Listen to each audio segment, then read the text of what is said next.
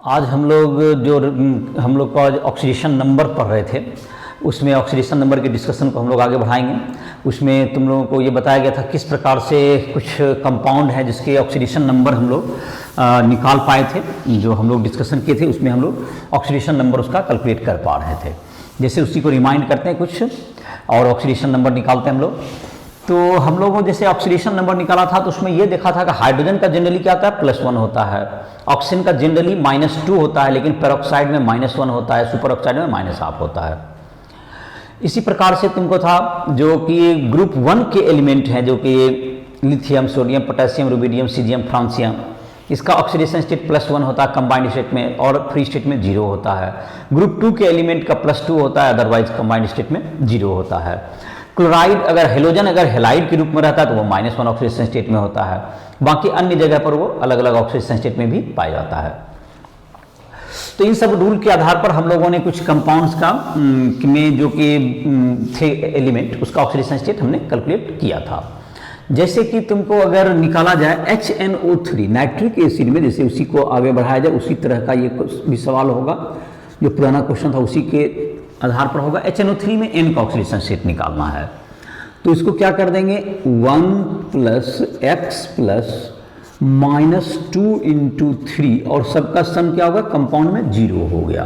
तो x का value क्या हो गया +5 हो गया। अब जैसे तुम्हारा दूसरा है ऑक्सीडेशन स्टेट और भी कंपाउंड्स का हम लोग निकाल सकते हैं। जैसे कि सल्फेट आयन में देखें SO4 2 माइनस में S का, तो इसमें x हो गया +-2 × 4 दैट्स इक्वल्स टू -2। तो ये तुम्हारा इसमें आयन में इसमें ये दोनों कंपाउंड रहेगा तो इसमें सम इसका 0 के इक्वल और आयन रहा तो इसके चार्ज के इक्वल होगा। तो x = +4 ये ऑक्सीडेशन स्टेट हुआ इसका। तो सल्फर का मतलब कि यहाँ पर जैसे नाइट्रोजन का यहाँ पर ऑक्सीडेशन स्टेट कहाँ दिखाते हैं हम लोग ऊपर दिखाते हैं इस ढंग से +5 और इसको दिखाते हैं इस प्रकार से यहाँ पर +6 हो गया। तो ये +6 आया ये +6 आ गया। तो ये तुम्हारा हो गया ऑक्सीडेशन स्टेट। तो इस प्रकार से हम लोग कर सकते हैं इसका ऑक्सीडेशन नंबर का हम लोग कैलकुलेशन कर सकते हैं। H2SO4 में जैसे 4 2- था तो 2SO4 S का x हो गया -2 × 4 इक्वल्स टू क्या होगा तुमको -2 तो 8 - 6 दैट इज +6। तो ये तुम्हारा ऑक्सीडेशन स्टेट कैलकुलेट हो गया। तो इस प्रकार से हम लोग ऑक्सीडेशन स्टेट निकालने के लिए सीखे हैं। अब इसमें कुछ बातें होती है कि कुछ कंपाउंड्स में ऑक्सीडेशन स्टेट जो है फ्रैक्शन में आ जाता है। तो अब ये बात तो है कि इलेक्ट्रॉन का जो ट्रांसफर होगा वो तो 1 इलेक्ट्रॉन होगा, 2 इलेक्ट्रॉन का फ्रैक्शन में ट्रांसफर तो होगा नहीं। तो ये किस तरह का पैराडॉक्स है? तो ये तुमको देखते हैं फ्रैक्शनल ऑक्सीडेशन नंबर पैराडॉक्स। इसको हम लोग देखते हैं एक टॉपिक को। कुछ कंपाउंड्स जैसे कि हम लोग लिख के देखेंगे, अभी जस्ट एग्जांपल देते हैं और कुछ तो कैलकुलेट करने के लिए तुमने इसमें सीखा। अब कुछ इससे डिटेल्स देखते हैं इसको, जहां पर की दिक्कत आती है उस टॉपिक को देखते हैं हम लोग। Paradox of fractional oxidation number, ये एक टॉपिक का नाम हो गया, यहाँ पर लिख देते हैं।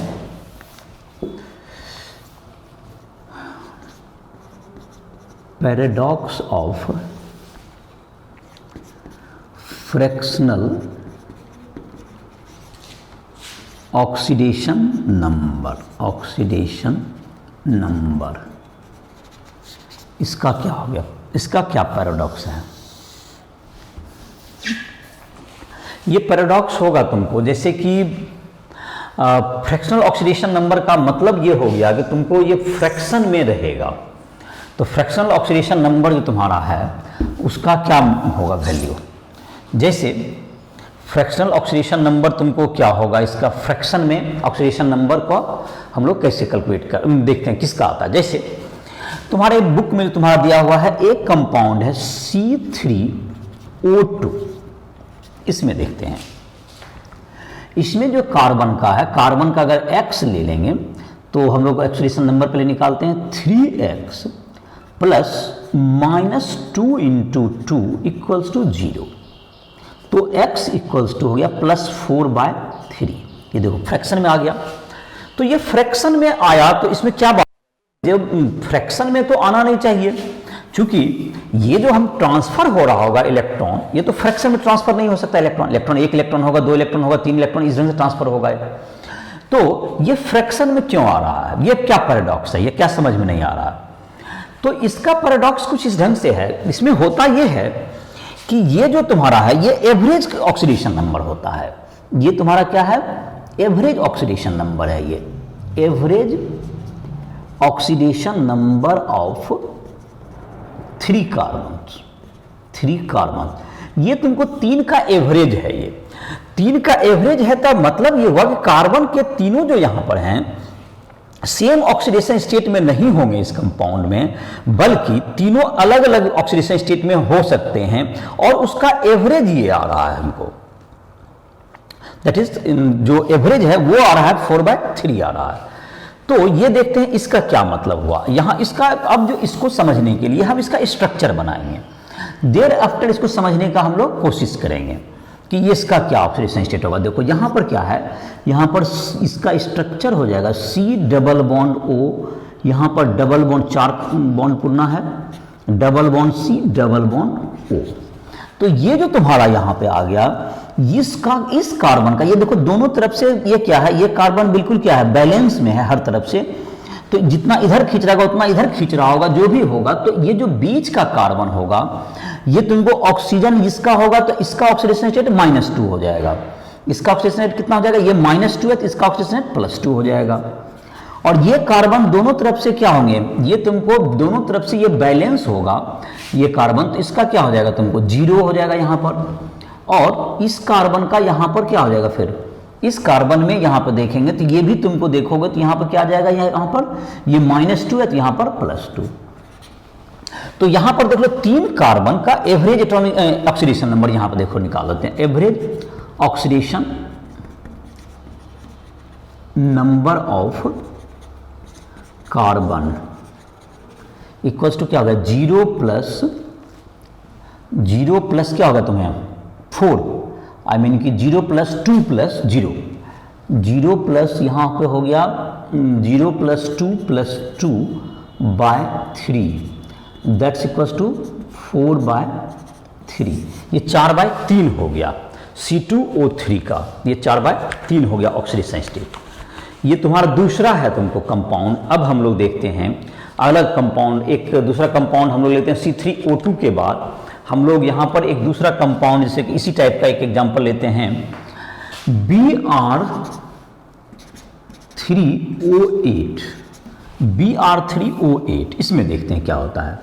तो ब्रोमीन का तुमको X ले लो, तो ये 3X प्लस -2 × 8 = 0। तो X = क्या होगा, +16/3। ये इसका ब्रोमीन का क्या होगा, ऑक्सीडेशन स्टेट हो गया। तो ब्रोमीन का ऑक्सीडेशन स्टेट क्या होगा तुमको 16/3। अब यहां पर आ जाएंगे, इसका कैसा स्ट्रक्चर बनेगा, तो यहां पर बन जाएगा तीनों ब्रोमीन का, यहां पर सिंगल बॉन्ड से ब्रोमीन पहले बना दो, Br3 हो गया ये ब्रोमीन। अब यहां पर जो तुम्हारा है इस ब्रोमीन का यहां पर क्या होगा प्लस, अब यहां पर ये आ गया तुमको 2 डबल बॉन्ड बनाया, और ये तुमको है 3 डबल बॉन्ड से यहां बना दो, इसका 3 डबल बॉन्ड से इसको बना दो।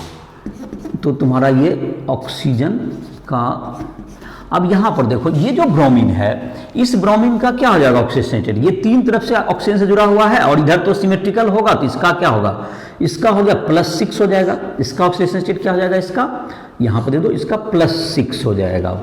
और इसी प्रकार से इस ब्रोमीन का भी क्या हो जाएगा तुम्हारा, इधर का जो ब्रोमीन है इसका भी क्या हो जाएगा +6 हो जाएगा।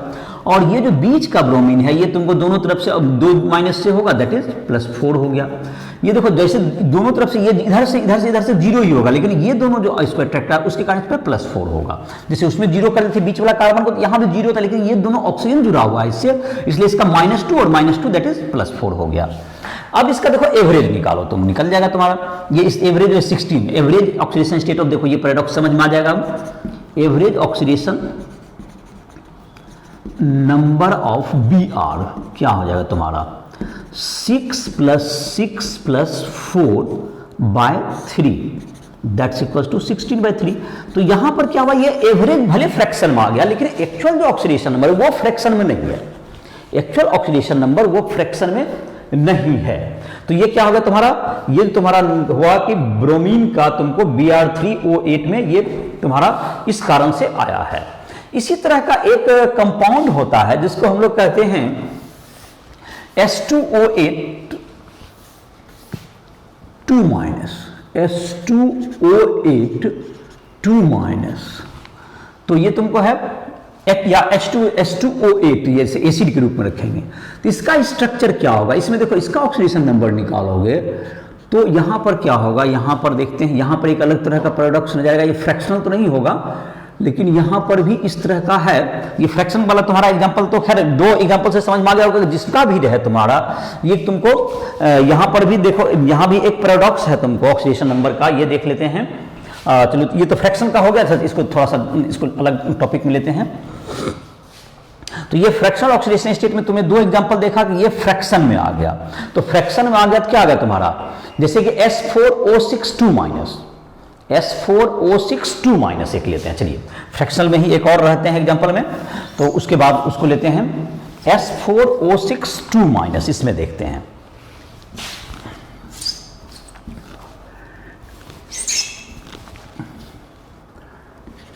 S4 तो ये तुम्हारा था S4O6 2-। तो यहां पर भी तुम देखोगे यहां भी S4O6 और 2- है, यहां पर भी तुमको क्या आ जाएगा, ये तुमको 4x plus -2 × 6 that's equal to -2। तो x इक्वल टू क्या आ गया तुमको 2.5, ये 2.5 आ गया। तो ये तुम्हारा आ गया 2.5। जाहिर है कि 2.5 तो इसका तो 2.5 तो होगा नहीं, तो इसमें क्या रहा होगा, कुछ का तुमको जो है 4 में रहा होगा और कुछ 2 में रहा होगा। और इस तरह से क्या होगा तुमको, ये तुम्हारा 2 जो तुम्हारा है जो कि पेरोक्साइड के, जो कि तुम्हारा क्या होगा S4 है, तो सबका जो ऑक्सीडेशन नंबर का सम है 10 हुआ होगा। 10 होने के बाद क्या होगा तुमको 4 से डिवाइड किए तो ये क्या हो गया, दैट इज 2.5 आया होगा। तो दैट इज S4O6 2- का क्या होगा तुम्हारा 10, मतलब कि ये इसका 2.5, ये एवरेज ऑक्सीडेशन स्टेट नंबर है। ये भी क्या है तुम्हारा average oxidation number, average oxidation number of S atom 2.5 आ गया। अब जाहिर है कि S एटम जो तुम्हारा रहेगा, S एटम जो तुम्हारा S4O6 2- में, उसमें कुछ का ऑक्सीडेशन नंबर तुमको अलग होगा, +6 में है, कुछ का तुमको पेरोक्साइड के रूप में होगा, -1 में होगा, और मिल करके क्या हो गया +1 आ जाएगा। तो S का जैसे तुम्हारा देख लो S4O6 2-, जैसे देखो इसका स्ट्रक्चर ऐसा हो सकता है। S का चारों को यहां पर दे दो S। तो यहां पर जो तुम्हारा होगा O6 है, तो इस S से तुमको क्या हो जाएगा, इस S से 3 ऑक्सीजन एटम जोड़ेंगे, एक तो O- का जोड़ दो और एक डबल बॉन्ड O जोड़ दो, और S यहाँ पर अब इस O में आते हैं, यहाँ पर डबल बॉन्ड O जोड़ देते हैं, यहाँ भी डबल बॉन्ड O और यहाँ पर O-। तो S4O6 2-। तो यहाँ पर जो तुम्हारा S का हो गया, ये जो X है S है, ये दोनों पेरोक्साइड टाइप से है, तो इसका ऑक्सीडेशन स्टेट कितना हो गया, दोनों का ऑक्सीडेशन स्टेट इसका -1 हो जाएगा, इसका भी -1 हो जाएगा, और ये 3 तरफ जुटा है तो इसका +6 हो गया, और इसका क्या आ जाएगा तुमको +6 हो जाएगा। तो एवरेज देखिए अब कितना हो गया, average oxidation number 6 + 6 + -1 + -1/4, that is equal to 2.5। तो ये 2.5 हो गया, 2.5 हो गया ऑक्सीडेशन नंबर का सम। अब है तुमको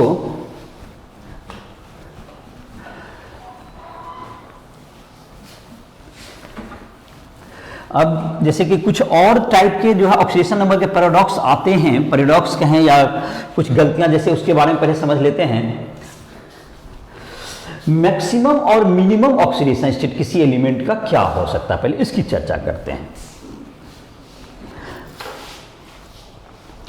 मैक्सिमम एंड और minimum oxidation state of an element. तो मैक्सिमम ऑक्सीडेशन स्टेट जो किसी एलिमेंट का हो सकता है वो उसके वैलेंस इलेक्ट्रॉन के इक्वल हो सकता है। वैलेंस इलेक्ट्रॉन जो कि मेन ग्रुप एलिमेंट के लिए बात करें, डी ब्लॉक में क्या होता है, उसके अंदर के भी जो ऑर्बिट हैं उसके इलेक्ट्रॉन भी इन्वॉल्व हो जाते हैं या हो सकते हैं। तो इसमें जैसे कि है तुमको मेन ग्रुप जो एस ब्लॉक और पी ब्लॉक के लिए एलिमेंट के लिए जो है उसके लिए है कि मैक्सिमम ऑक्सीडेशन स्टेट जो हो सकता है किसी एलिमेंट का फॉर एस ब्लॉक और पी ब्लॉक एलिमेंट के लिए वो उसके जो वैलेंस इलेक्ट्रॉन है उसके इक्वल होगा।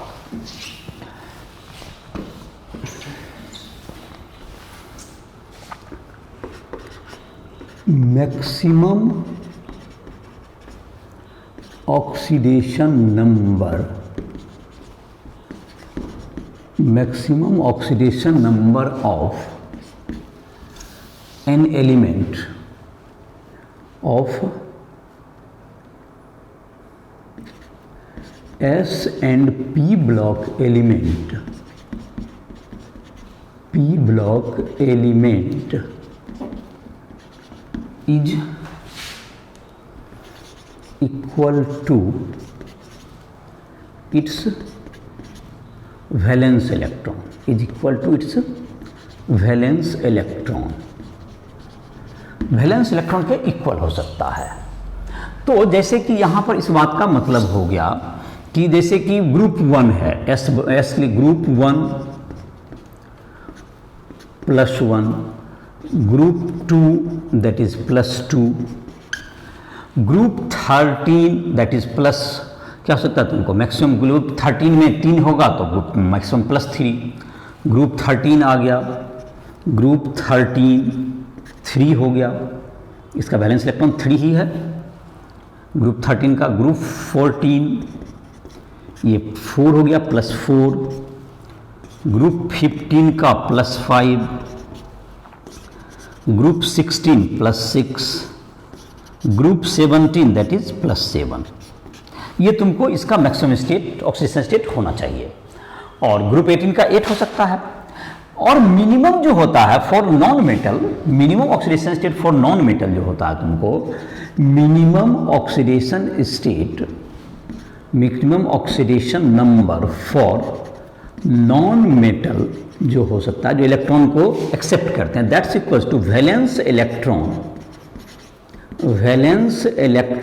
-8, मिनिमम के लिए -8। जैसे कि फॉर एग्जाम्पल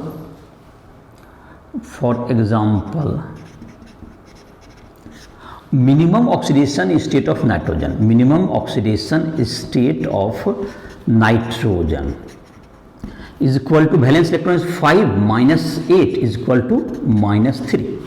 तो ये तुमको -3 ही मिनिमम होगा। और इसका मतलब nitrogen maximum oxidation state of nitrogen that is group 15 में है तो 2 8 5 दैट इज 15, तो ये हो गया 2 5 that is 7 that is 5। Phosphorus का 2 8 5 तो वो भी +5। और maximum oxidation state of oxidation number of nitrogen equals to +5, +5 से -3 के बीच में वेरी करेगा। और जैसे कि तुमको अगर क्लोरीन की बात करें तो क्लोरीन का कहां से कहां तक वेरी करेगा, -7 -8 मिनिमम हो गया -1 टू +7 इसका क्लोरीन का। ऑक्सीजन का क्या हो सकता है -2 से लेके +6 तक, जो +6 बहुत कम होता है लेकिन इसके ग्रुप का सल्फर वगैरह का अक्सर होता है। ऑक्सीजन का भी किसी केस में +6 हो सकता है, लेकिन जाहिर है कि ऑक्सीजन से ज़्यादा इलेक्ट्रोनेगेटिव एलिमेंट फ्लोरीन ही है, तो सिर्फ प्लस तो उसका 6 आने की संभावना लगभग बहुत कम है, क्योंकि सिर्फ ऑक्सीजन के साथ फ्लोरीन के साथ OF2 और O2F2 यही 2 कंपाउंड वो बनाते हैं। इस प्रकार से अब ये तुमको देख लिया होगा कि सल्फर का मैक्सिमम ऑक्सीडेशन स्टेट जो तुम्हारा हो सकता है वो तुमको ऑक्सीजन के जो है -2 से +6, नाइट्रोजन का -3 से +5, हेलोजन का -1 से +7, ये तुमको इसके ग्रुप 15 16 17, और कार्बन ग्रुप के जैसे हो गए -4 टू +4, कार्बन ग्रुप का -4 टू +4। इस तरह से इसके मिनिमम और मैक्सिमम ऑक्सीडेशन नंबर हो गए। तो अब देखते हैं इसके आधार पर एक पैराडॉक्स को समझने का कोशिश करते हैं, जो कि जाहिर है कि पैराडॉक्स अगर तुमको ऑक्सीडेशन नंबर में कहीं पर दिखेगा तो उसको जानने के लिए उसके स्ट्रक्चर को बनाना पड़ेगा आपको, और उसके स्ट्रक्चर के आधार पर उसको समझना पड़ेगा कि ये क्यों हो रहा है।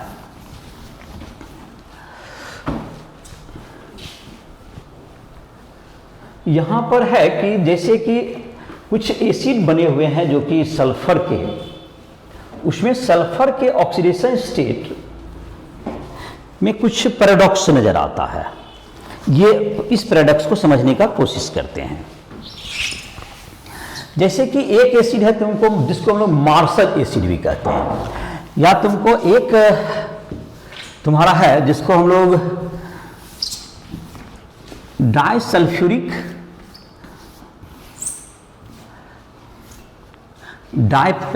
पेरोक्सो डाइसल्फ्यूरिक एसिड H2S2O8, इसका नाम है पेरोक्सो डाइसल्फ्यूरिक एसिड। इसमें S का ऑक्सीडेशन नंबर कैलकुलेट करते हैं, पहले देखते हैं। तो यहां पर इसका क्या होगा, हाइड्रोजन का तो 1 होता है, 1 × 2 plus 2x plus -2 × 8 equals to 0। x equal to क्या आ गया, +7 आ गया। But it is wrong because sulphur has valence electron equals to 6, so maximum oxidation number of sulfur is equal to +6। ये +6 ही होगा मैक्सिमम, इसका +6 से ज़्यादा नहीं हो सकता। सो इट इज सर्टेनली रॉन्ग। ये तुमको क्या है, सर्टेनली ये रॉन्ग है। अब ये रॉन्ग हुआ क्यों, यहां पर तो हमने जो ऑक्सीजन का जनरली लेते हैं -2 वो लिया, और हाइड्रोजन का भी जो +1 लेते हैं वही लिया, तो ये रॉन्ग कैसे हुआ। तो इसका पैराडॉक्स का ये अर्थ है कि इसमें हो ये सकता है कि आप जो ऑक्सीजन का -2 ले रहे हैं सबका, ऐसा भी संभावना हो सकता है कुछ ऑक्सीजन पेरोक्साइड में रहे और उसका ऑक्सीडेशन स्टेट दैट इज -2 के बजाय -1 हो, और इस स्थिति में क्या होगा कि आपका जो निकाला हुआ ऑक्सीडेशन नंबर है इसलिए गलत हो रहा है। तो इसके जब तक स्ट्रक्चर को हम लोग नहीं समझेंगे तब तक इस बात का पता नहीं चलेगा। तो देखते हैं, इसका ऑक्सीडेशन स्ट्रक्चर होता है इस ढंग से है, इसका S हो गया और यहां पर हो गया OH, और यहां पर इसका भी हो गया OH, यहां पर डबल बॉन्ड O, यहां पर डबल बॉन्ड O, यहां पर डबल बॉन्ड O और यहां पर डबल बॉन्ड O, H2S2O8 ये तुम्हारा हो गया। और ये जो तुम्हारा है O सिंगल बॉन्ड O का ये पेरोक्सी बॉन्ड है, इसका ऑक्सीडेशन स्टेट क्या हो गया, ये पेरोक्सी बॉन्ड है, ये पेरोक्सी बॉन्ड। तो यहां पर ऑक्सीडेशन स्टेट कितना होगा, इसका -1 होगा। हमने वहां पर क्या गलत किया था, इसको -2 लिखा था, और बाकी का -2 होगा। तो पेरोक्सो डाइसल्फ्यूरिक एसिड या जो पेरोक्सो डाइसल्फेट आयन जो है उसमें क्या हो जाएगा, जैसे सल्फेट आयन करेंगे तो यहाँ पे OH की जगह माइनस कर देंगे, तो या तो तुमको S4OH2- कहें, S4OH2-, तो दोनों का बात एक ही होगा। S4OH2- जो तुम्हारा किताब में लिखा हुआ ये हो कहें। तो अब इसका ऑक्सीडेशन स्टेट करेक्ट निकालते हैं। तो सल्फर H का तो 2 × 1, इसमें कहीं कोई दिक्कत नहीं था, प्लस S का भी 2x, ये भी सही था, लेकिन 2 ऑक्सीजन का -1 लेना था और 6 ऑक्सीजन का -2 लेना था। तो ये तुम्हारा अब क्या आ जाएगा, अब सही आ जाएगा, 2 - 2 कट गया, तो x = +6। तो सल्फर का ऑक्सीडेशन स्टेट करेक्ट क्या हो गया, ये सही है, और ये निकाला हुआ रॉन्ग था। तो ये तुम्हारा इस टाइप से क्या हो गया तुम्हारा, यहां पर इसी टाइप से जैसे कि पेरोक्साइड लगता है मार्शल एसिड H2SO5, अगर उसमें भी हम लोग निकालेंगे H2SO5 में तो उनको क्या दिखेगा, तो अगर सिंपल कैलकुलेट करेंगे तो वो आ जाएगा स्ट्रक्चर में क्या आ जाएगा, H2SO5 में जैसे निकाल के देखो, मार्शल एसिड इसका नाम होता है H2SO5 मार्शल एसिड। तो H2SO5 में निकालेंगे 2 × 1 + x प्लस -2 × 5 = 0, तो x = +8। ये सर्टेनली रॉन्ग है, सर्टेनली रॉन्ग हो गया, बिकॉज कि ये तुमको जाहिर है कि 6 से ज़्यादा नहीं हो सकता है। यहाँ पे ये भी गलत है, तो इसका गलत फिर क्या हुआ होगा, फिर यहाँ पेरोक्साइड का अगर तुमको स्ट्रक्चर बनाएंगे तो इसकी गलती समझ में आएगी। इसमें 2 होंगे जो कि क्या होंगे, पेरोक्सी बॉन्ड से होंगे, और इसलिए क्या होगा तुमको ये समझ में नहीं आ रहा होगा। तो यहाँ पर अगर हम लोग बनाएंगे तो यहाँ पर जैसे कि H2SO5 है, तो SO5, तो यहाँ पर एक यहां पर दे सकते हैं H का, OH दे सकते हैं आपको, और यहां पर दे सकते हैं OH, 3 हो गया, और इस S के साथ डबल बॉन्ड O करके आप 2 दे सकते हैं। और तो इस तरह का स्ट्रक्चर हुआ। तो ये देख लो यहां पर ये परॉक्सी बॉन्ड नजर आ रहा है, ये परॉक्सी बॉन्ड है। तो परॉक्सी बॉन्ड है तो ऑफ कोर्स क्या होगा तुम्हारा, यहां पर होना चाहिए था, इसका करेक्ट जो होना चाहिए, H का तो 2 में लिखने में कहीं की गलती नहीं हुआ, H2S का X भी आपने ठीक लिखा, 2 का -1 लिखना था और 3 का -2 लिखना था, तो 3 का -2 लिखना था, तो दैट्स इक्वल्स टू +6। ये करेक्ट हो गया तुम्हारा। तो ये तुम्हारा इस पैराडॉक्स को भी समझ में आ गया होगा कि इस तरह से क्या हो सकते हैं, कभी भी उसको वायलेट नहीं करेगा। तो ये ऑक्सीडेशन स्टेट नंबर समझने में तुम्हें, आई होप कि तुमको ऑक्सीडेशन नंबर कहाँ पर जो फ्रैक्शन का क्या चक्कर है, कहीं पर जो गलत आ रहा है उसका क्या है। तो S4O6 जो तुम्हारा ये जो पैराडॉक्स वगैरह जितना दिया हुआ है तुम्हारे बुक में, उसकी चर्चा हो गई, कुछ एक्सरसाइज में भी क्वेश्चंस है, तुम आई होप कि तुम अब बना सकते हो उसको इस समझ के क्या इसमें दिक्कत आती है ऑक्सीडेशन नंबर में, ये एवरेज ऑक्सीडेशन नंबर का क्या चक्कर है, और कब ये मिनिमम और मैक्सिमम ऑक्सीडेशन नंबर के आधार पर कैसे इसकी चर्चा करते हैं। तो पिछले लेक्चर में ऑक्सीडेशन नंबर का कुछ सामान्य जानकारी हुआ था। अब ऑक्सीडेशन नंबर से हम लोग क्या क्या पता करते हैं, इस पर चर्चा करते हैं। जहां तक इसको समराइज करेंगे तो ऑक्सीडेशन नंबर हमको क्या कर सकता है, ऑक्सीडेशन नंबर के पहले हम लोग पढ़े थे ऑक्सीडेशन एंड रिडक्शन रिएक्शन। तो ऑक्सीडेशन एंड रिडक्शन में हम लोगों ने पढ़ा कि कुछ उसके जो क्लासिकल जो कंसेप्ट थे ऑक्सीडेशन नंबर के जानने से पहले, उसके आधार पर ऑक्सीडेशन नंबर और रिडक्शन रिएक्शन को हम लोग आइडेंटिफाई करने का कोशिश कर रहे थे। अब हम लोग देखते हैं रिडॉक्स रिएक्शन को, तो जिसमें कि ऑक्सीडेशन किसको कहेंगे, ऑक्सीडेशन क्या होगा, इसको जरा आसानी से हम लोग अब डिफाइन कर सकते हैं ऑक्सीडेशन नंबर के आधार पर, और ये हमारा सबसे बेहतर तरीका होगा। और ऑक्सीडेशन नंबर निकालने के जैसे जैसे फ्रीक्वेंसी तेजी से डेवलप कर लोगे, तुम्हें ये जो मेथड है वो काफी बेहतर हो जाएगा तुम्हारे लिए। तो ऑक्सीडेशन क्या होता है, the element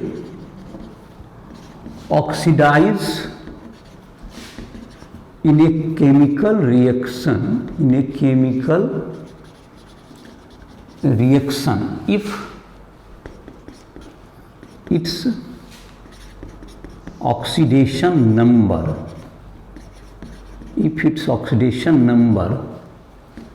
increases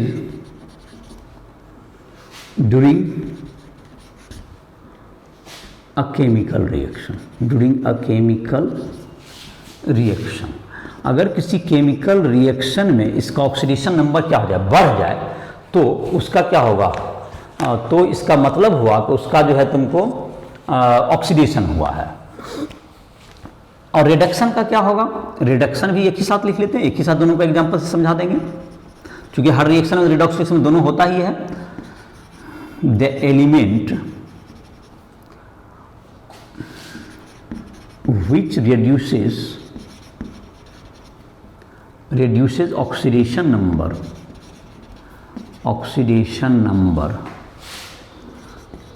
during a chemical reaction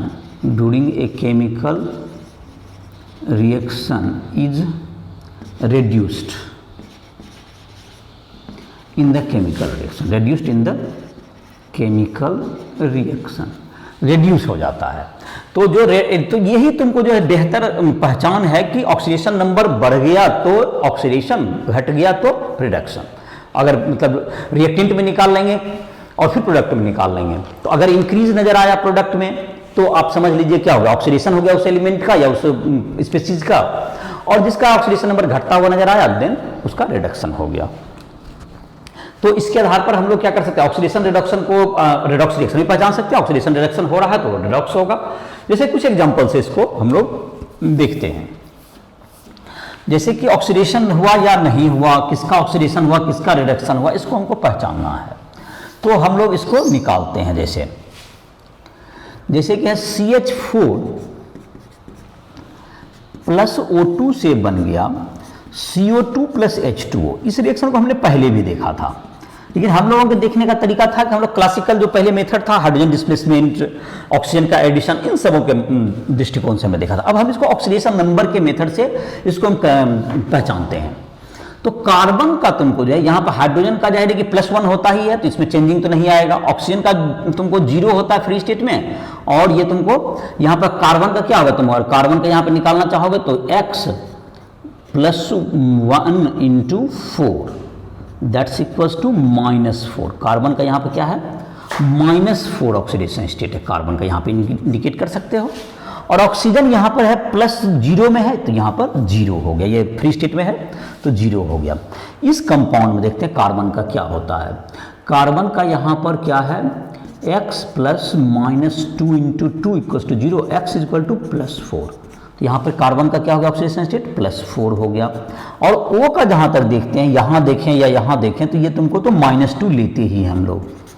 तो इस रिएक्शन में क्लियरली हमको दिख रहा है कार्बन का ऑक्सीडेशन स्टेट -4 to +4 हो गया। तो इसका मतलब carbon is oxidise in this reaction, लिख सकते हैं यहाँ पर in this reaction oxidation number of carbon increase from -4 to +4, hence carbon is oxidized, -4 to +4 हो गया तो carbon is oxidised. the oxidation number of oxygen decreases from 0 to -2, hence oxygen is reduced. ये reduce हो जाएगा, oxygen reduce हो जाएगा।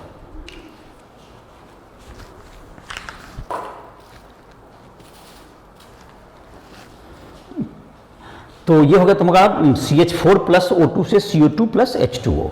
तो ये कार्बन का तुम्हारा क्या हो जाएगा, ये तुमको ऑक्सीडाइज हो गया, और ऑक्सीजन क्या हो गया, रिड्यूस हो गया। और ये जाहिर है रिएक्शन कैसा होगा, रिड्यूस रिएक्शन मतलब रिडॉक्स रिएक्शन होगा। तो किसी भी रिएक्शन में हम लोग आइडेंटिफाई कर सकते हैं कि किसी कंपाउंड का उसमें ऑक्सीडेशन रिएक्शन है या नहीं है। जैसे कि हमने नॉन रिडॉक्स रिएक्शन का जैसे कि एक एग्जांपल दिया था, जैसे CaCO3 है, इसमें देखते हैं नॉन रिडॉक्स रिएक्शन, इसको भी आप पहचान सकते हैं oxidation number non redox reaction में। जैसे CaCO3 है, तुमको ये टूटा CaO + CO2 है। अब इसमें जो है ऑक्सीडेशन स्टेट सबका निकालें, आपको देखिएगा कि सबका सेम आएगा। कैल्शियम का तो आप जानते हैं कि +2 होता है, 2 + x + -2 × 3 = 0, x = +4। कार्बन का, ऑक्सीजन का तो -2 है ही, फ्री स्टेट में है नहीं कहीं। और यहाँ पर भी देखते हैं x + -2 × 2 = 0, तो ये फिर क्या हो गया, +4 हो गया। सॉरी, यहाँ पर कार्बन का तो यहाँ है, इधर लिख दिए। तो कार्बन का यहाँ पे तुमको हो गया x + -2 × 2 that's equals to x = +4। तो कार्बन का यहाँ भी +4 है, और यहाँ भी क्या हो गया, +4 ही हो गया। कैल्शियम का यहाँ भी +2 ही है, यहाँ भी -2 ऑक्सीजन का है। तो सब जगह देखें तो किसी का चेंज नज़र ही नहीं आ रहा है, -2 ही है, यहाँ भी ऑक्सीजन का -2 ही है। तो यहाँ पर no oxidation number change in element, no oxidation number change during reaction, so it is non redox reaction, तो ये नॉन रेडॉक्स तो आसानी से पहचान गए। नहीं तो ऐसे पहचानने में दिक्कत है, कितना टूटा कौन, हर डिकम्पोजिशन रिएक्शन ऐसा नहीं नॉन रेडॉक्स होता है। जैसे तुमको अगर हम MgO को तोड़ते हैं Mg + O2, तो वो रेडॉक्स रिएक्शन है। तो इस प्रकार से ये बिना ऑक्सीडेशन नंबर के चेंज के जाने यह पता करना बहुत कठिन हो जाता है बहुत से रिएक्शन में, कि आप उसको, जैसे कि अगर हम लोग PbNO3 को तोड़ते हैं तो PbO + NO2 + O2, ये तुमको रेडॉक्स रिएक्शन है। तो ये टूटना हमेशा ये जरूरी नहीं कि क्या होगा, नॉन रेडॉक्स होगा। तो डिकम्पोजिशन रिएक्शन में भी रेडॉक्स और नॉन रेडॉक्स ये दोनों हो सकते हैं। इसी तरह से जैसे दूसरा तुमको देखोगे, जैसे कि एसिड बेस न्यूट्रलाइजेशन देखते हैं, तो आप जैसे कि एसिड बेस न्यूट्रलाइजेशन में सबसे सिंपल रिएक्शन यही है, लिख लो NaOH + HCl, इससे बन जाएगा NaCl + H2O। Acid base neutralisation reaction. ये तुमको acid base neutralisation reaction always क्या होता है, नॉन रिडॉक्स होता है। ये नॉन रिडॉक्स होगा। देखो Na का तुम्हारा क्या हो गया, यहाँ पे +1 है जो कि होता ही है, O का -2 है और H का +1 है। NaOH, H का यहाँ पे +1 है, यहाँ पे Cl का -1 होता है। NaCl में भी देखें +1 -1, H2O में +1 और -2, तो कोई चेंज है, no change in oxidation number, no change in oxidation number, so it is non redox reaction, it is non redox reaction. ये नॉन रिडॉक्स रिएक्शन का एक एग्जांपल है, तो कोई चेंज नहीं हुआ इसलिए नॉन रिडॉक्स रिएक्शन का एग्जांपल है ये। तो ये तुम्हारा हो गया नॉन रिडॉक्स रिएक्शन।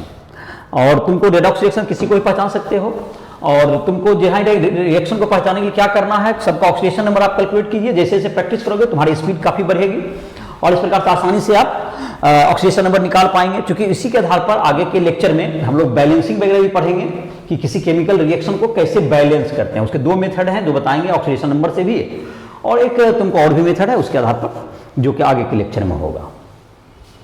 अभी जो हम लोग इस लेक्चर में और शामिल कर सकते हैं, अब तो ऑक्सीडेशन नंबर के बारे में हम लोगों ने काफ़ी पढ़ाई की। ऑक्सीडेशन नंबर में तुमको कैसे निकालते हैं उसके कुछ रूल्स मैंने लिखाए थे।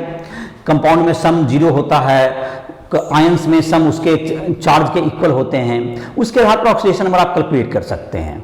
लेकिन उस सेट रूल को बहुत जगह पे वायलेट करता हुआ नज़र जब आता है तो आप उसके स्ट्रक्चर को देखते हैं और उससे पता चलेगा, जैसे कि अगर फ्रैक्शनल में आ रहा है तो वो किसी एवरेज को बताता है, एवरेज ऑक्सीडेशन नंबर को बताता है। जैसे फ्रैक्शन में आने का एक और तरीका होता है, फ्रैक्शनल ऑक्सीडेशन नंबर में जैसे कि तुमको है, जैसे कि Fe3O4 कहते हैं आप, Fe3O4 यहाँ भी फ्रैक्शनल ऑक्सीडेशन नंबर है। ये तुमको फिर फ्रैक्शनल ऑक्सीडेशन नंबर के इस एग्जांपल को यहाँ फिर से लिया जा सकता है, फ्रैक्शनल ऑक्सीडेशन नंबर। तो ये क्या होगा तुम्हारा, इसको कैसे एक्सप्लेन करेंगे, देखो 3x प्लस -2 × 4 = 0, x = 8/3। तो ये भी फ्रैक्शनल में है, तो ये किस तरह से आया होगा। देखो Fe3O4 जो होता है ये कोई ऑक्सीडाइज इस ढंग से चीज है, ये दोनों का कॉम्बिनेशन से बना हुआ है Fe2O3।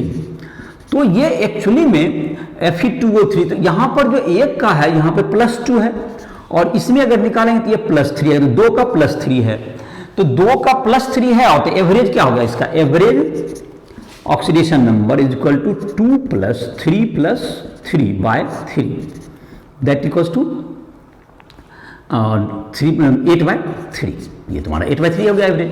तो ये तुम्हारा एक्चुअली में ये जो कंपाउंड है, इसी तरह से जैसे तुमको Pb3O4 है, तो Pb3O4 जो होता है, Pb3O4 ये भी एक मिक्सचर है। इसमें 2 मोल PbO होता है और 1 मोल PbO2 होता है, 1 मोल PbO2 होता है। यहाँ पर भी जैसे Pb3O4 का निकालोगे तो 3x प्लस -2 × 4 = 0, x = 8/3। यहाँ भी 8/3 आ गया ये।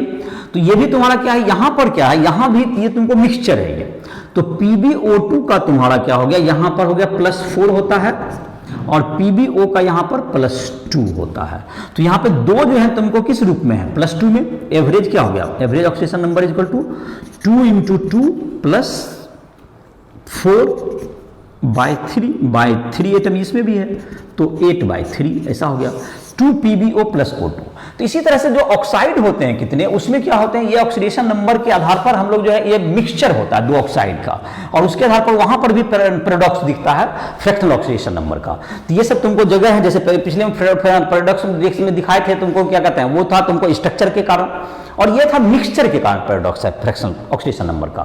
तो ये तुम्हारा जो ये सब टॉपिक है तुम्हारा ये यहाँ पर क्लियर हो गया कि फ्रैक्शनल ऑक्सीडेशन नंबर का जहाँ पर तुमको कैसे कहाँ पाया जाएगा, और तुमको जहाँ पर मैक्सिमम ऑक्सीडेशन नंबर किसी एलिमेंट का क्या होता है, उसके वैलेंस इलेक्ट्रॉन के इक्वल होता है।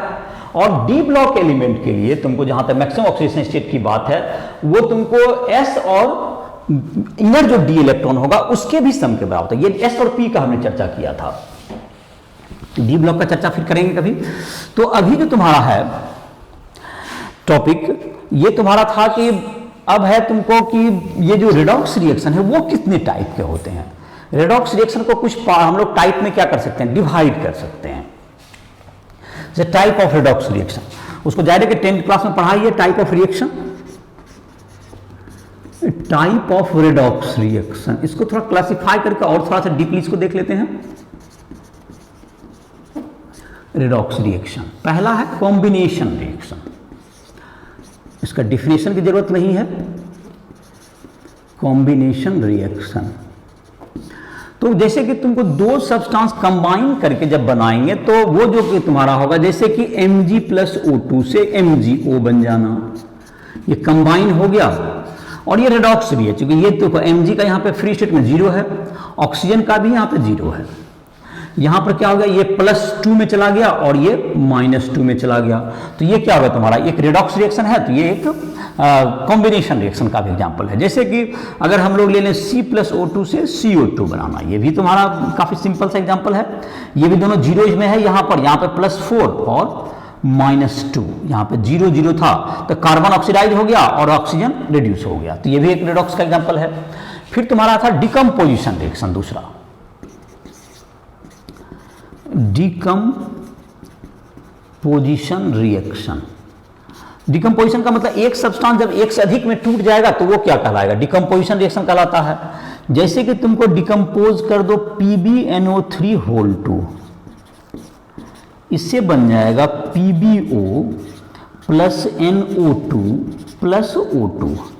तो जहां तक कि इसकी बात है, Pb का तो तुम्हारा ऑक्सीडेशन यहाँ पे +2 है, और नाइट्रोजन का यहाँ पर निकाल सकते हैं, नाइट्रेट में NO2 PbNO3 है, और इसका निकालेंगे तो हम लोग क्या आएगा, N का +5 आएगा। ऐसे निकाल लेते हैं हम लोग। Pb का 2 हो गया, Pb का 2 वैलेंसी है, प्लस यहाँ पे 2 कॉमन आ गया, X प्लस -2 × 3 = 0। तो X तो 2 X = क्या हो गया, +5, इसका आ गया X = +5। तो नाइट्रोजन का ये था तुमको, ये आ गया ऑक्सीजन स्टेट यहाँ पे +5। ऑक्सीजन का क्या है यहाँ पर -2। यहाँ पर आते हैं अब PbO, इसमें +2 और -2 है, यहाँ पर भी +2 और इसका -2 है। NO2 में देखते हैं, यहाँ पे +4 है, यहाँ पर -2 है, और O2 का यहाँ 0 है।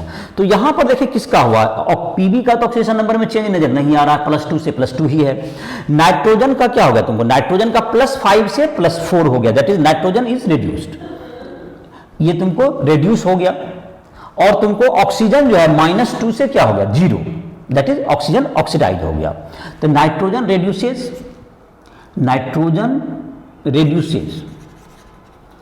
+5 to +4 हो गया, इसलिए रेड्यूसेस। ऑक्सीजन ऑक्सीडाइज, इसका हो गया -2 to 0 हो गया, तो ये ऑक्सीडाइज हो गया। तो ये तुमको भी, ये डिकम्पोजिशन भी क्या हो गया, रेडॉक्स रिएक्शन हो गया। तुमको तीसरा टाइप का है जिसको हम लोग कहते हैं डिस्प्लेसमेंट रिएक्शन। तो डिस्प्लेसमेंट जैसे कि एक तो मेटल डिस्प्लेस करता है, एक मेटल दूसरे मेटल, जो रिएक्टिव मेटल होते हैं वो दूसरे मेटल को डिस्प्लेस करते हैं। Reactive metal,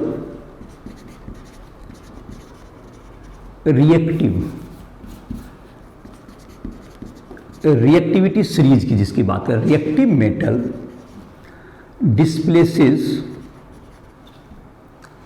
other metal from its salt. तो ये डिस्प्लेसमेंट, जैसे इसका फेमस एग्जांपल है तुमको Zn प्लस CuSO4 से बन गया तुमको ZnSO4 प्लस Cu।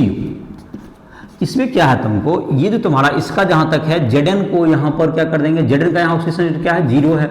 CuSO4 में कॉपर का क्या हो गया, यहाँ +2 है, और यहाँ पर ZnSO4 बन गया, तो तुमको क्या हो गया, Zn तुमको क्या कर दिया, इसको Zn जो है तुमको Zn का यहाँ पे +2 हो गया और कॉपर का यहाँ पर 0 हो गया।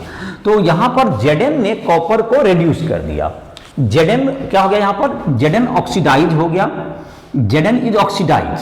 और जहाँ तक कि ऑक्सीडाइजिंग एजेंट, रेड्यूसिंग एजेंट का चर्चा नहीं किए, तो यहाँ भी चर्चा किया जा सकता है। Zn reduces copper Cu2 plus 2Cu and Zn reduces from Zn oxidize from 0 to +2। तो ये ऑक्सीडाइज हो गया Zn और कॉपर रिड्यूस हो गया। तो जहां तक कि यहां पर कहें जब जो कि तुमको ऑक्सीडाइज हो जाता है, जो कि Zn ने इसको रिड्यूस कर दिया, तो Zn is reducing agent in this reaction. Zn is reducing agent. Zn को हम लोग क्या कहेंगे, ये रिड्यूसिंग एजेंट कहलाएगा। और कॉपर क्या कहलाएगा, यहां पर उसने ऑक्सीडाइज किया तो उसको हम लोग ऑक्सीडाइजिंग एजेंट कहते हैं। तो ये तुमको ऑक्सीडाइजिंग एजेंट, ऑक्सीडेंट और रिडक्टेंट भी कहते हैं इसको। तो जो दूसरे को ऑक्सीडाइज कर दे वो क्या हो जाता है, ऑक्सीडाइजिंग एजेंट, और जो रिड्यूस कर दे वो हो गया रिड्यूसिंग एजेंट। तो इस रिएक्शन में ये भी देख सकते हो, तो ये तुम्हारा क्या होगा, ये भी एक डिस्प्लेसमेंट रिएक्शन है, जो मेटल का डिस्प्लेसमेंट, जिसकी रिएक्टिविटी सीरीज में तुमने देखा होगा। इसका जहां तक कि टेस्ट के बारे में देखोगे, ये तुमको पहले जो है स्टार्टिंग में ये तुमको काफी इक्विलिब्रियम राइट साइड शिफ्ट करता है, क्योंकि बाद में जब टेस्ट करेंगे तो Cu2+ का जो टेस्ट है वो नहीं रहेगा रिएक्शन, क्योंकि Cu2+ पूरी तरह समाप्त हो जाएगा। लगभग ये जो रेड्यूस जो है तुमको राइट साइड शिफ्ट करेगा इक्विलिब्रियम में काफी, और इसलिए तुमको ये रिएक्शन का जो तुम्हारा है वो राइट साइड शिफ्टिंग होगा, और इसलिए तुमको Cu2+ नहीं बचेगा, लगभग बहुत कम बचेगा। इसका इक्विलिब्रियम में राइट साइड शिफ्टिंग होगा, इसलिए Cu2+ का वैल्यू बहुत कम हो जाएगा। तो डिस्प्लेसमेंट रिएक्शन में जैसे कि एक और दे सकते थे, डिस्प्लेसमेंट रिएक्शन में का ही एक अभी जारी रखते हैं। डिस्प्लेसमेंट रिएक्शन में जैसे होता है तुमको डिस्प्लेसमेंट ऑफ नॉन मेटल, तीसरा में ही है तुमको डिस्प्लेसमेंट नॉन मेटल का। जैसे डिस्प्लेसमेंट तो यहां भी तुमको था, जैसे कि मेटल है Na+H2O या HCl से Na+H2O करते हैं, तो यहां भी क्या हुआ, NaOH+H2। यहां पर भी क्या हुआ है, यहां भी डिस्प्लेस हुआ, हाइड्रोजन को इसने क्या कर दिया, डिस्प्लेस कर दिया। तो ये भी एक डिस्प्लेसमेंट रिएक्शन है। यहां 0 था, यहां पर +1 था, और ये तुमको क्या हो गया, Na जो है +1 हो गया और ये 0 हो गया। तो ये भी एक डिस्प्लेसमेंट रिएक्शन का एग्जांपल है, H2 को डिस्प्लेसमेंट कर दिया यहां पर। चाहे तुम हम लोग कहते हैं जैसे कि कोई भी एसिड है जो Na+HCl, जैसे कोई भी एसिड है तो यहां भी डिस्प्लेसमेंट रिएक्शन होता है, ये भी NaCl+H2। तो ये भी तुम्हारा क्या है, ये भी एक रेडॉक्स रिएक्शन का एग्जांपल है। Na 0 हो गया, यहां पर +1 -1 जो भी तुम्हारा है -1, यहां पर क्या होगा तुमको Na का +1 हो गया, ये तो -1 ही है, और यहां 0 हो गया। तो ये तुमको क्या हो गया, यहां पे ये भी रिड्यूसिंग एजेंट हो गया, सोडियम रिड्यूसिंग एजेंट है, और हाइड्रोजन का क्या हो रहा है, इसमें रिडक्शन हो रहा है, और H2 क्या कर सकते हैं, ऑक्सीडाइजिंग एजेंट हो गया, क्योंकि उसने सोडियम का ऑक्सीडेशन कर दिया। तो ये भी एक डिस्प्लेसमेंट रिएक्शन का एग्जांपल है। दूसरा हेलोजन के बारे में देखें तो हेलोजन जो का तुम्हारा हेलोजन में देखें तो F2 ज्यादा रिएक्टिव होता है, क्लोरीन से क्लोरीन ज्यादा होता है, ब्रोमीन से ब्रोमीन ज्यादा होता है आयोडीन से। ये halogen reactivity in halogen, reactivity of halogen, ये हेलोजन का डिस्प्लेसमेंट का ये रिएक्शन है। F2 किसी को भी डिस्प्लेस कर देगा। जैसे कि यहां पर इसको समझने के लिए इसको कह सकते हैं, जैसे KBr है +Cl2, तो चूंकि Cl2 जो है तुमको ये तुमको ज्यादा रिएक्टिविटी सीरीज में आगे है इसमें, तो ये जो तुमको इसको डिस्प्लेस कर सकता है, तो ये बना देगा KCl प्लस क्या बन जाएगा, ये Br2 बन जाएगा। ये भी रेडॉक्स रिएक्शन है, क्योंकि देखो यहाँ पे बैलेंस हो गया तुम्हारा, यहाँ पर मतलब तुमको KBr में -1 से यहाँ 0 हो गया, -1 0, तो ये ऑक्सीडाइज हो गया। लेकिन इसी का जस्ट उल्टा रिएक्शन नहीं होगा। तो यहाँ पर जैसे अगर यही लिखना चाहते हैं KCl + Br2, तो यहाँ पर नो रिएक्शन हो जाएगा, क्योंकि ये जो रिएक्शन है तुमको ये जो Br जो है Cl को रिप्लेस नहीं कर सकता, ये उल्टा नहीं जा सकता है। तो ये जो तुम्हारा होगा ये कभी भी रिप्लेस नहीं होगा। और कोई भी ऑक्सीजन वगैरह को भी, ये फ्लोरीन एक ऐसा है जो कि फ्लोरीन में जहां तक इसमें डिफरेंटली शो करता है रिएक्शन में। इसमें फ्लोरीन जो होता है तुम्हारा ये एक्वस मीडियम में तुमको जहां तक है ये तुमको ये तुम्हारा फ्लोरीन का तुम्हारा जो है ये फ्लोरीन का डिस्प्लेसमेंट जो है तुमको सबसे ज्यादा है। जैसे कि ये तो तुमको H2O + F2 इसको भी ऑक्सीडाइज कर सकता है, बाकी तो हेलोजन को तो करेगा ही करेगा, ये ऑक्सीजन से भी ज्यादा होता है, तो HF+ ये O2 ऐसा बना सकता है। ये तुमको इसको ऑक्सीजन को भी से भी ज्यादा displacement more reactive than oxygen, fluorine more reactive than oxidise, मतलब मोर ऑक्सीडाइजिंग एजेंट, मतलब ये बेहतर ऑक्सीडाइजिंग एजेंट है, better oxidising agent than O2, O2 से भी बेहतर ऑक्सीडाइजिंग एजेंट है। तुमको ये तुम्हारा रिएक्शन में ये डिफरेंट, बाकी कोई भी एलिमेंट जैसे H2O + Cl2 अगर करोगे तो यहां पर ये तुमको H2O + Cl2 इस ढंग से रिएक्शन नहीं होगा, उसका रिएक्शन का टाइप बदल जाएगा। H2O + Cl2 करोगे तो ये बन जाएगा HCl + HClO बन जाएगा, HClO। और ये भी तुमको रेडॉक्स रिएक्शन है, लेकिन ये डिफरेंटली रिएक्शन हो रहा है। देख लो यहाँ पर ये दोनों में फर्क है, ये किसी भी हाइड्रोजन के साथ ऐसा ही रिएक्शन होगा। ये भी रेडॉक्स रिएक्शन है। HClO में क्या होगा, तुमको Cl2 प्लस तुमको निकाल सकते हो, तो ये तुम्हारा क्या हो गया, तुम्हारा H2O, तो ClO मतलब -1 और +1 दोनों ऑक्सीडेशन स्टेट में क्लोरीन पाया जा रहा है। तो ये तुम्हारा क्या हो गया, इस तरह से तुम क्या कर सकते हो इसको, ये तुम्हारा कुछ बातें हो गई किसके, डिस्प्लेसमेंट रिएक्शन का। और जैसे तुमको यहां पर है एक चौथा टाइप का रिएक्शन है जिसको हम लोग कहते हैं डिस्प्रपोर्शनेशन रिएक्शन। रेडॉक्स का एक टाइप है जिसको हम लोग देख लेते हैं, डिस्प्रपोर्शनेशन रिएक्शन।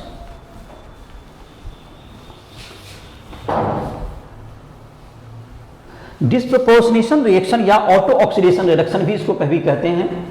तो डिस्प्रपोर्शनेशन रिएक्शन ऐसा रिएक्शन होता है, चौथा नंबर तुम्हारा 3 तक बताए थे, डिस्प्रो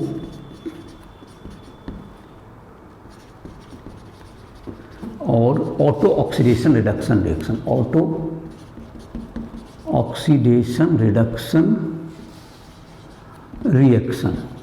तो डिस्प्रोपोर्शनल का मतलब कि सेम एलिमेंट ऑक्सीडाइड और रेड्यूस दोनों हो जाए, that is called disproportionation. Same element oxidise as well as reduced, तुमको सेम ही एलिमेंट दोनों हो जाए, ऑक्सीडाइज भी हो जाए और साथ साथ रिड्यूस भी हो जाए, तो वो क्या कहलाएगा, वो डिस्प्रोपोर्शनेशन रिएक्शन कहलाता है। सेम एलिमेंट तुमको क्या हो जाए, अगर ऑक्सीडाइज और रिड्यूस दोनों हो जाए तो वो डिस्प्रोपोर्शनेशन रिएक्शन का एग्जाम्पल कहलाएगा। जैसे अभी जो तुमको है, जैसे कॉपर है, देखो जैसे H2O2, चलो इसी को देखते हैं। H2O2 सबसे सिंपल एग्जांपल ले, पहले हाइड्रोजन पेरोक्साइड, इसमें ऑक्सीजन का क्या है, -1 ऑक्सीडेशन स्टेट है। ये H2O बनाता है, दैट इज -2 में आ गया, प्लस O2 दैट इज 0 में। तो ऑक्सीजन यहां पर देख सकते हो -1 से -2 भी चला गया, -1 से 0 भी गया, तो ये इट इज डिस्प्रोपोर्शनेशन रिएक्शन। ये तुम्हारा -1 इसका ऑक्सीजन का ही दोनों हुआ है, इसका मतलब कि ये डिस्प्रोपोर्शनेशन रिएक्शन का एक एग्जांपल है। उसी टाइप से तुमको है P4 + OH-, ये बेसिक मीडियम में ये डिस्प्रोपोर्शनेशन देगा। बेसिक मीडियम OH- से बेसिक, H+ से एसिडिक कहते हैं। तो ये बन जाता है H2PO2- प्लस PH3। तो यहाँ पर देखो जैसे निकालना चाहेंगे तो x = -3 आ गया तुम्हारा, तो PH3 में P का -3 हो गया। अब जैसे H2PO2- तो 2 × 1 + x प्लस H2PO2- है, H2PO2- तो -2 × 2 = -1। H2 तो 2 + x -4 = -1, x = +3। ये +3 ऑक्सीडेशन स्टेट आ गया इसका। H2PO2- में कितना आ गया, माइनस का चार्ज बराबर किए तो इसका +3 ऑक्सीडेशन स्टेट आया। तो ये तुम्हारा +3 ऑक्सीडेशन स्टेट में है, H2PO2- में +3। और तुमको जहाँ तक की रहा, यहाँ पर P4 यहाँ था क्या चीज़ में, 0 में था, तो 0 से यहाँ पर क्या होगा तुम्हें, 0 से तुम्हारा हो गया यहाँ पर 0 से तुमको +3 और साथ साथ किस में चला गया, ये -3 में भी। तो ये H2PO2 में माइनस में तुम्हारा क्या हो गया, ये +3 में गया है और 0 से +3 और -3 दोनों में गया।